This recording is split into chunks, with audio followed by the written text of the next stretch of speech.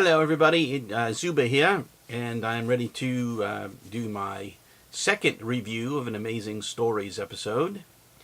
I only filmed the pilot test, which wasn't very good, I have to admit. I was just testing out the waters, and I will improve on these, hopefully, and, excuse me.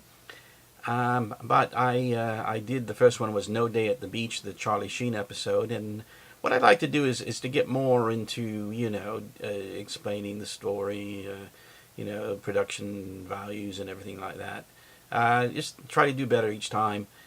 Anyway, the new episode that I will be reviewing was episode 18 from season 1, the first season. Its original air date was March 2nd, 1986.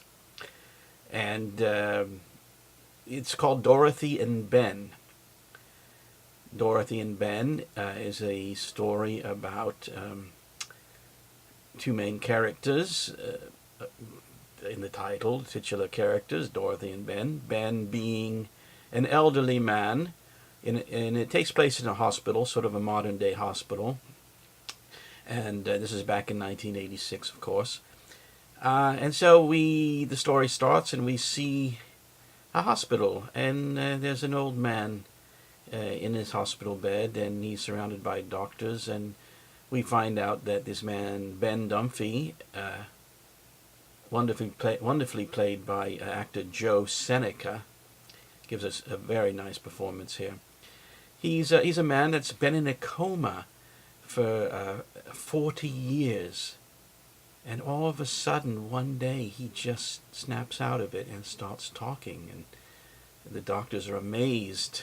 It's an amazing story, right? So Ben is back from 40 years in a coma, and he's talking, and it's just like he just went to sleep in 40 years ago, and now he's woken up, and he's just wondering where everybody is and what's going on, and so to him, he just went to sleep for a minute, and 40 years have passed. So it's quite interesting. Anyway, Ben is a very nice man, and he seems to be doing well, and as the story progresses in this 25-minute episode, when he goes to sleep, he somehow is getting messages, or he's in tune with another patient in the hospital. And this patient is Dorothy, who happens to be like a little 7 or 8-year-old little girl who's also in a coma, and she seems to be communicating with Ben, and she can talk to Ben, and he is in communication with her. It's like a psychic connection that they have, and it's really interesting. And it seems how she's not doing too well, and her parents are there, and she seems to be doing very poorly. But Ben wanders into her room one day and starts communicating with her. He's just talking to her telepathically, or with his voice, but she's answering him telepathically, or he can hear her. I don't know if we hear her voice, but she's asking him questions, and he's responding. So they have this great communication. It's very interesting and very magical. One element of the episode is the beautiful music score by Georges Delarue, the wonderful French film composer. It's one of the most touching scores of the entire series of Amazing Stories, and it's a beautiful listen on its own, and it works extremely well in the episode. Every time I watch this episode, I will find myself to be completely in tears by the finale.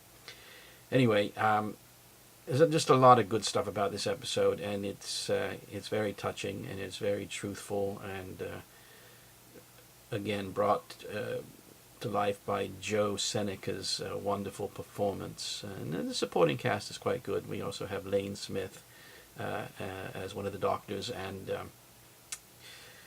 one of the guys that was on Murphy Brown, I think. Who was on Murphy Brown? Joe Regabaluto, I believe, plays the little girl's father.